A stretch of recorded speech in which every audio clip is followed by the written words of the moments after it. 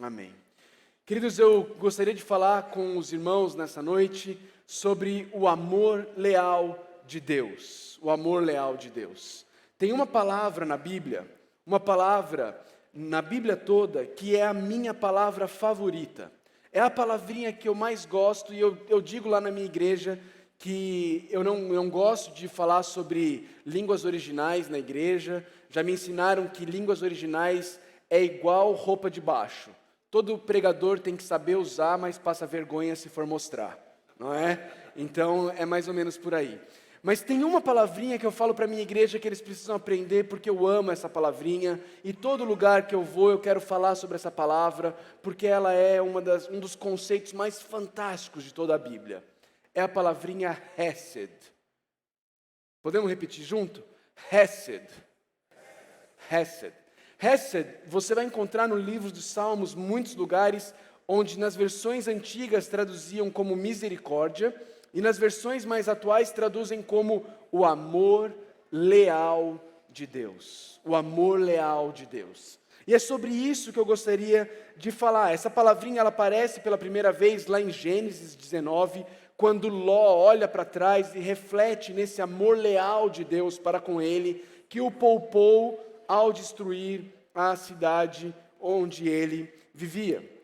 Mas tem um pequeno livro da Bíblia, onde proporcionalmente essa palavra é onde ela mais aparece, proporcionalmente, devido ao tamanho do livro. É o livro do profeta Oséias. E eu queria convidar os irmãos a abrirem as suas Bíblias comigo, ou ligarem as suas Bíblias comigo, da maneira como você preferir, no livro do profeta Oséias. Livro do profeta Oséias. E não é apenas que essa palavrinha ocorre muitas vezes ali no livro, mas a história do livro, a mensagem do livro, ela é, na verdade, uma grande ilustração viva do que significa esse Hesed, esse amor leal de Deus para o seu povo. Nessa noite eu gostaria de olhar especialmente com os irmãos para os 3 primeiros capítulos de Oséias, onde a nossa infidelidade e a surpreendente e bela fidelidade, lealdade, amor leal de Deus são descritos. Antes de olharmos para o texto de Oséias, é importante lembrarmos qual é o pano de fundo de todos os profetas do Antigo Testamento. Todos os profetas do Antigo Testamento, eles trazem as suas profecias à luz das alianças que Deus fez com o seu povo. Eles olham para as alianças que Deus fez com o povo dele, e à luz do que Deus disse lá, eles profetizam ao seu povo, baseados no que Deus prometeu. Especialmente no texto de Deuteronômio, capítulo 28, onde você encontra Deus trazendo bênçãos e maldições, dizendo, olha, se vocês me obedecerem vai acontecer isso, se vocês me desobedecerem vai acontecer aquilo. Os profetas olham para essas alianças e eles profetizam para o povo à luz das alianças que Deus fez com o povo. Oséias, ele escreve no período do reinado do rei Jeroboão II, e esse rei trouxe um período de prosperidade, mas de profunda idolatria para Israel. É um tempo de prosperidade, mas é o tempo que precede a grande destruição de Israel para a Síria, no ano 722 a.C. E o texto começa em Oséias 1:1, dizendo, palavra do Senhor que veio a Oséias, filho de Beeri, durante os reinados de Uzias, Jotão, Acás e Ezequias, reis de Judá, e de Jeroboão, filho de Jeoás, rei de Israel. E é nesse contexto, queridos, de prosperidade material, mas também de idolatria e decadência, que Deus chama Oséias e lhe dá uma das mais surpreendentes missões de toda a Bíblia. Uma das missões mais estranhas e surpreendentes que eu e você já encontramos na Bíblia. O texto diz no versículo 2, quando o Senhor começou a falar por meio de Oséias, disse-lhe, vá, tome uma mulher adúltera. Presta atenção, tome uma mulher adúltera, não é tome uma mulher adultera. Os irmãos lembram, alguns anos atrás, lá do Fantástico, lembram? Tem que ler direito, não é tome uma mulher adultera, é tome uma mulher adúltera.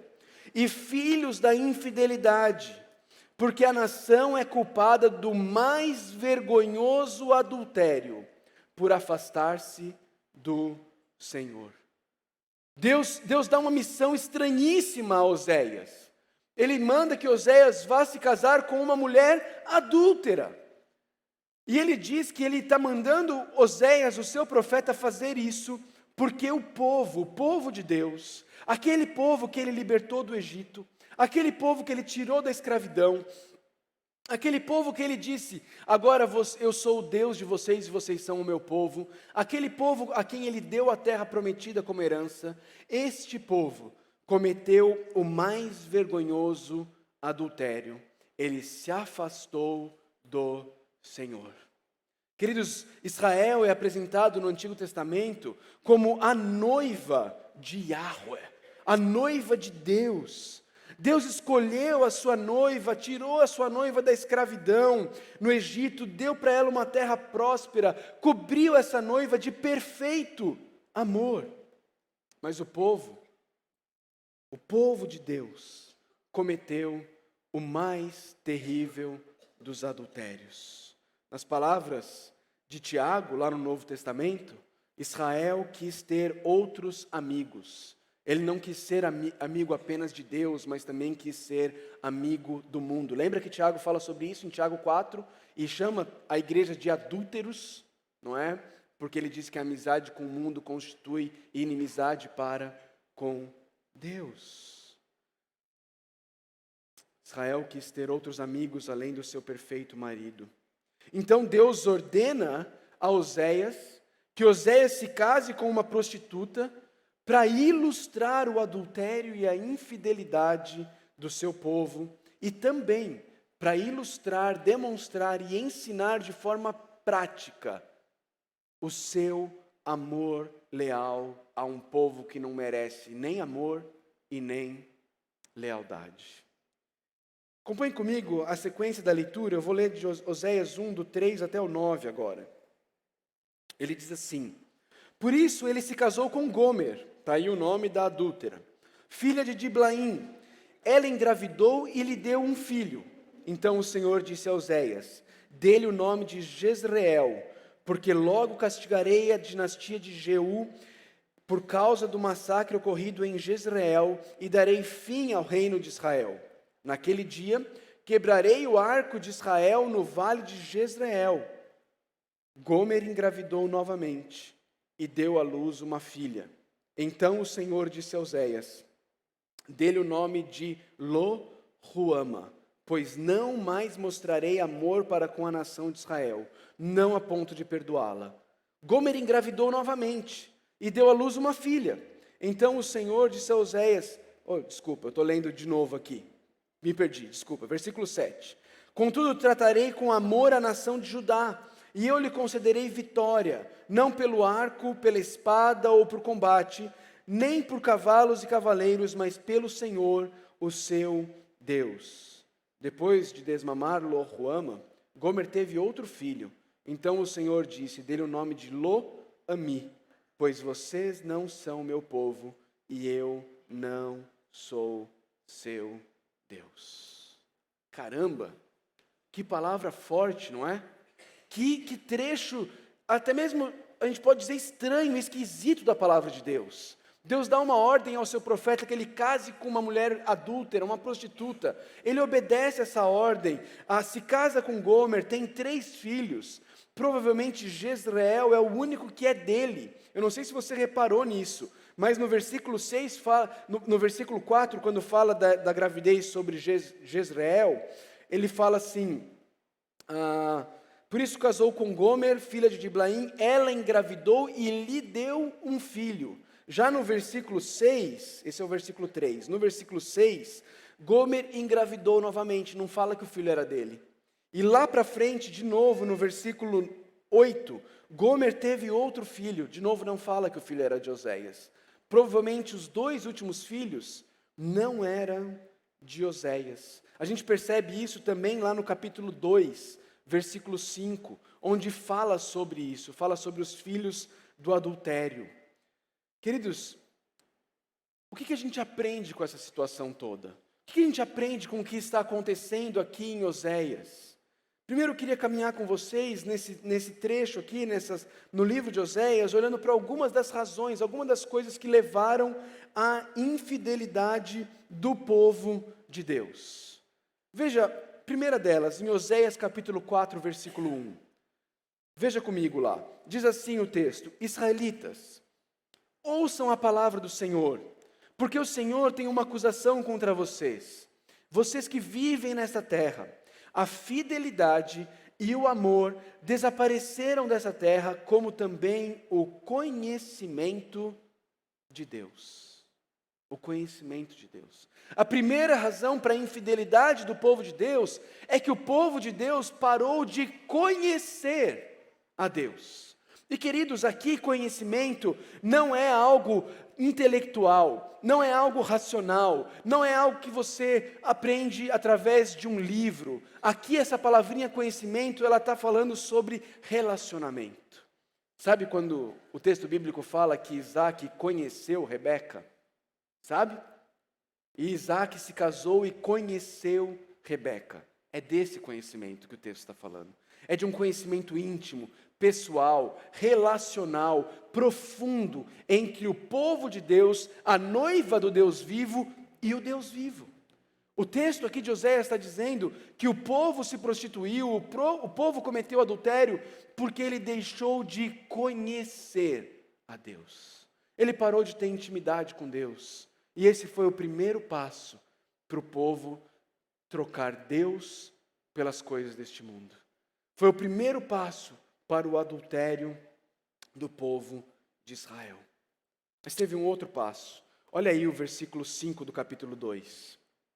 Ele diz assim: a mãe deles foi infiel, falando de Gomer, que é uma ilustração do povo de Israel. A mãe deles foi infiel, engravidou deles, e está coberta de vergonha, pois ela disse: irei atrás dos meus amantes, que me dão comida, água, lã, linho, azeite e bebida.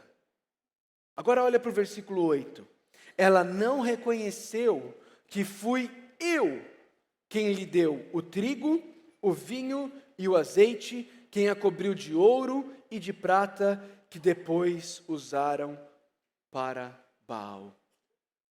O texto está nos ensinando, queridos, que um segundo passo para cairmos em adultério espiritual é começarmos a atribuir a ídolos o que Deus, o nosso marido fiel, tem nos dado.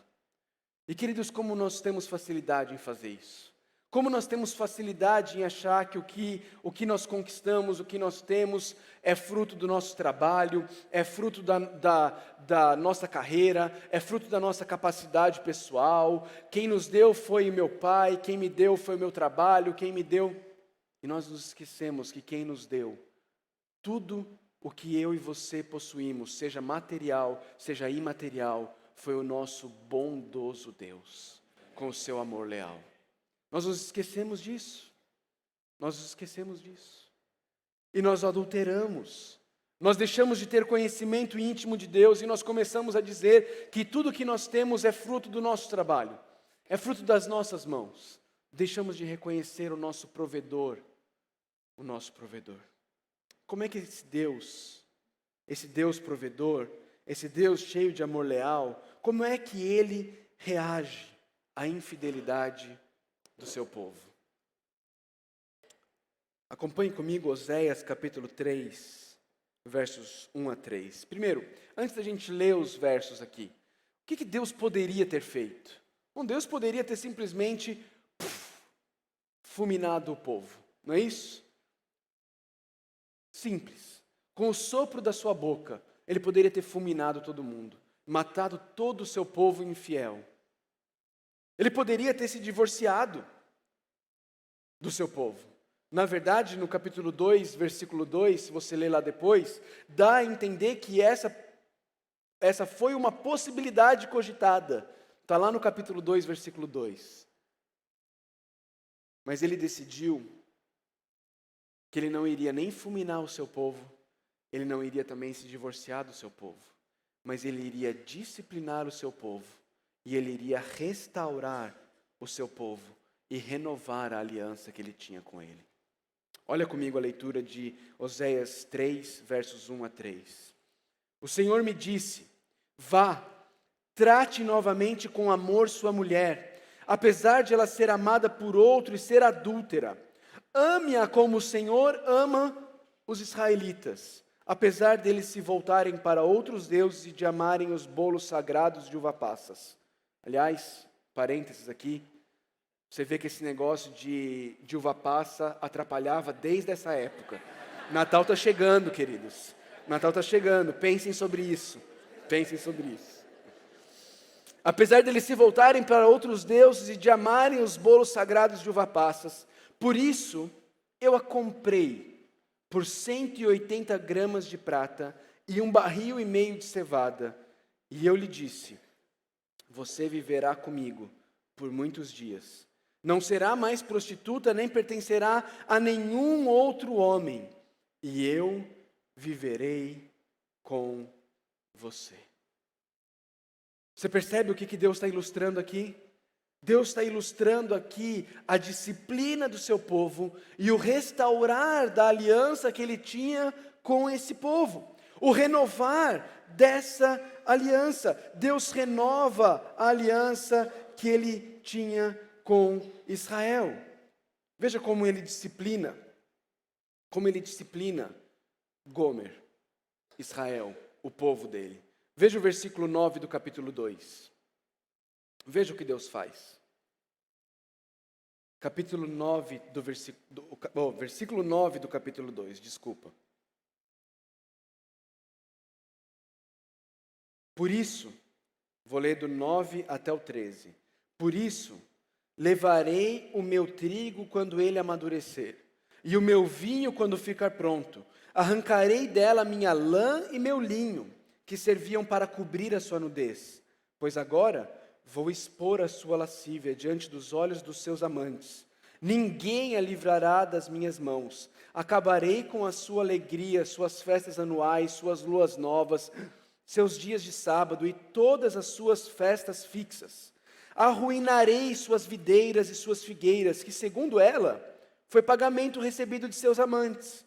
Farei delas um matagal, e os animais selvagens as devorarão. Eu a castigarei pelos dias em que queimou incenso aos Baalins. Ela se enfeitou com anéis e joias e foi atrás dos seus amantes, mas de mim ela se esqueceu, declara o Senhor. É a disciplina de Deus. Ah, foram seus amantes que te deram isso?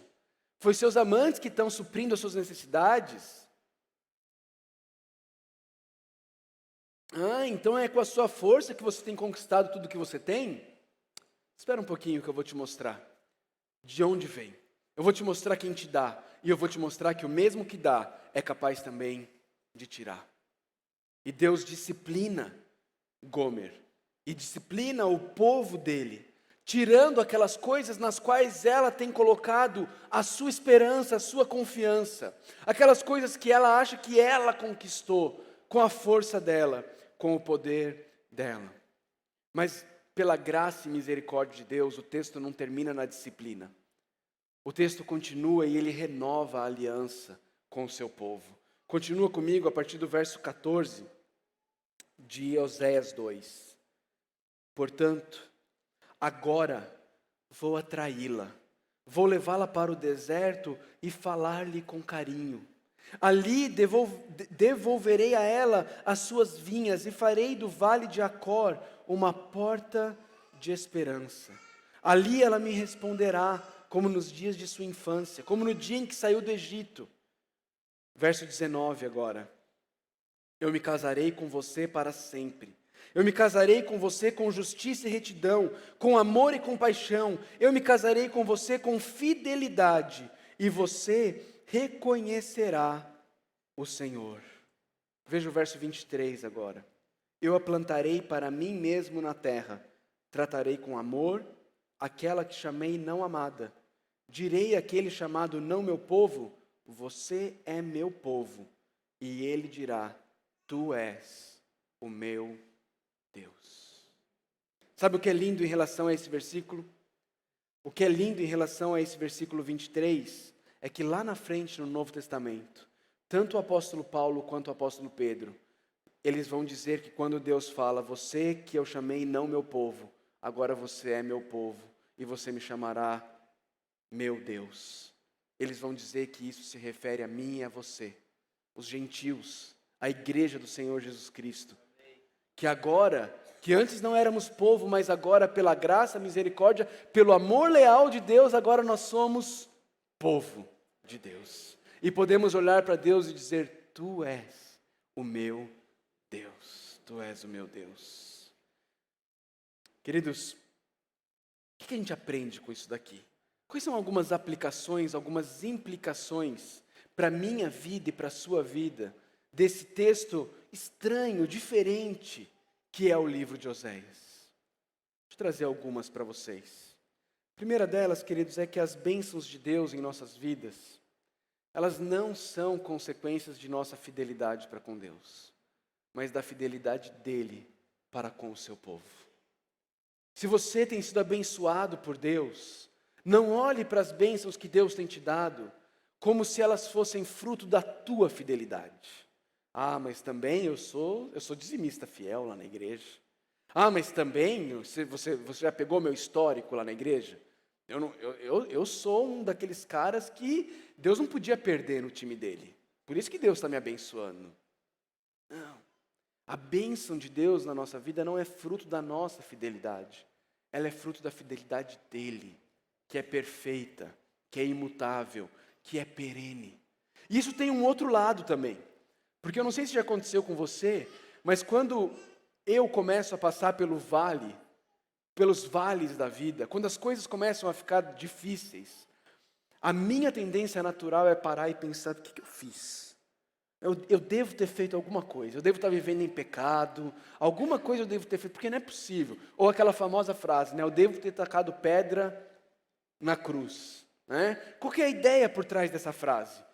É que as dificuldades pelas quais eu passo nessa vida são fruto da minha falta de fidelidade. É Deus me punindo, é Deus me castigando. Eu me lembro, logo no começo do meu ministério, depois a gente tinha acho que 3 anos de ministério lá em Caldas Novas, a minha esposa contraiu uma doença e nós passamos 2 anos sem descobrir o que ela tinha. 2 anos. Ela chegou a ficar internada na Avenida Paulista, em São Paulo, na ala de oncologia da Avenida Paulista, lá no Hospital Santa Catarina, em São Paulo, e a gente não achava o que ela tinha.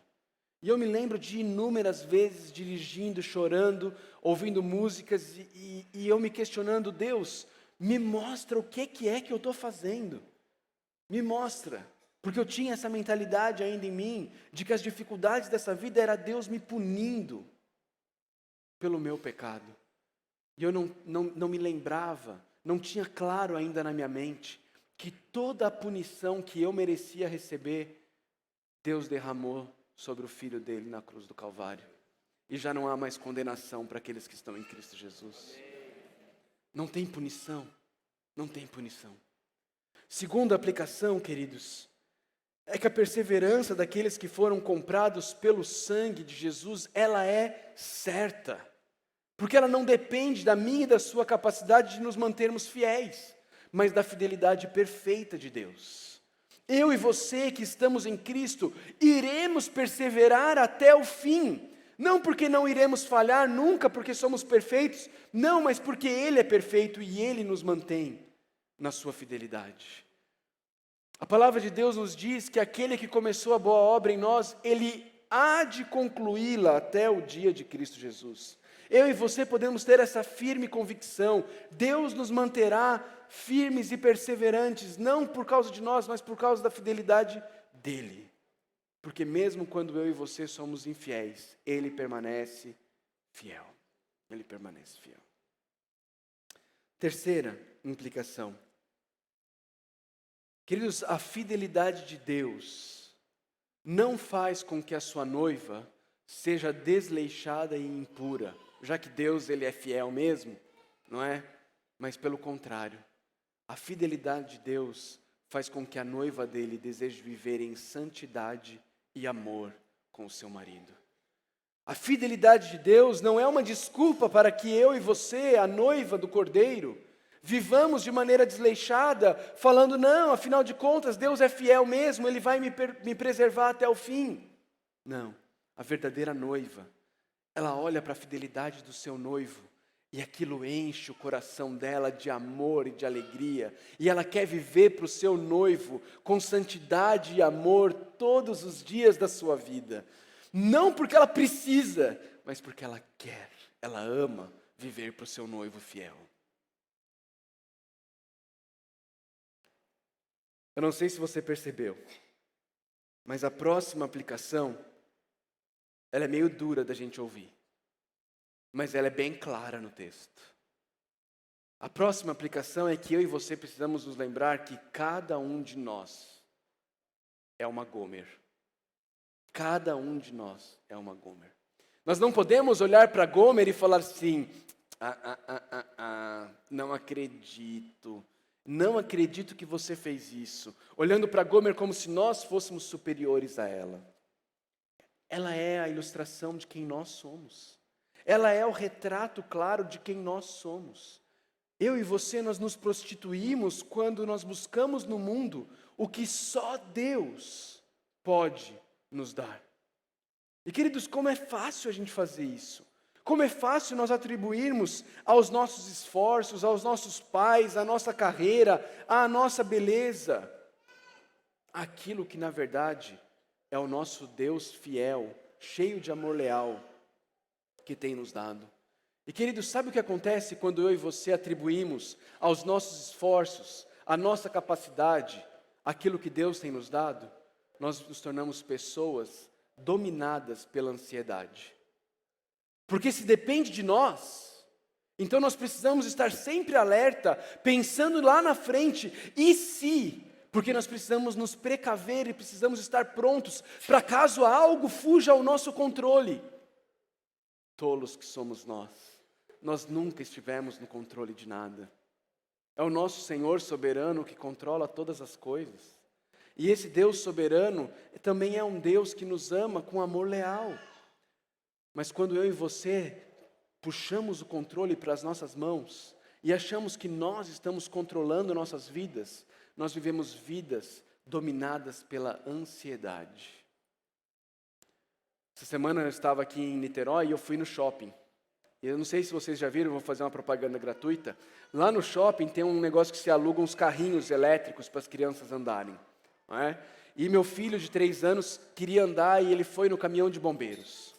E o carrinho é elétrico, só que quem controla o carrinho elétrico é o pai, que fica com o controle remoto sem fio.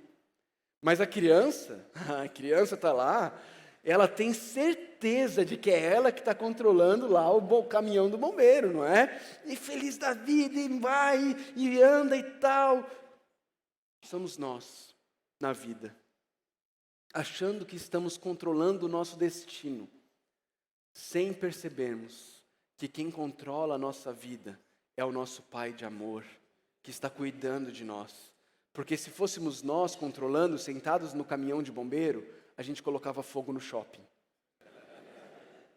Mas graças a Deus, que é o nosso Pai de amor que está controlando o nosso viver. Essas Gomers que eu e você somos, alguns de nós somos Gomers imorais. Vivemos no adultério. Vivemos buscando no mundo as coisas que Deus tem para nos oferecer. Mas a outros de nós, queridos, vão ser tentados a serem Gomers morais, Gomers religiosas. Olha o que diz o versículo 16 de Oséias 2. Ele diz assim: naquele dia, declara o Senhor, você me chamará meu marido, não me chamará mais meu Senhor. Queridos, tem muita gente dentro das igrejas se relacionando com Deus como meu Senhor e não como meu marido. Muita gente se relacionando com o pai como o filho mais velho da história do filho pródigo. obedecendo, esperando que pela obediência vai conquistar o favor do Pai. Tão adúltero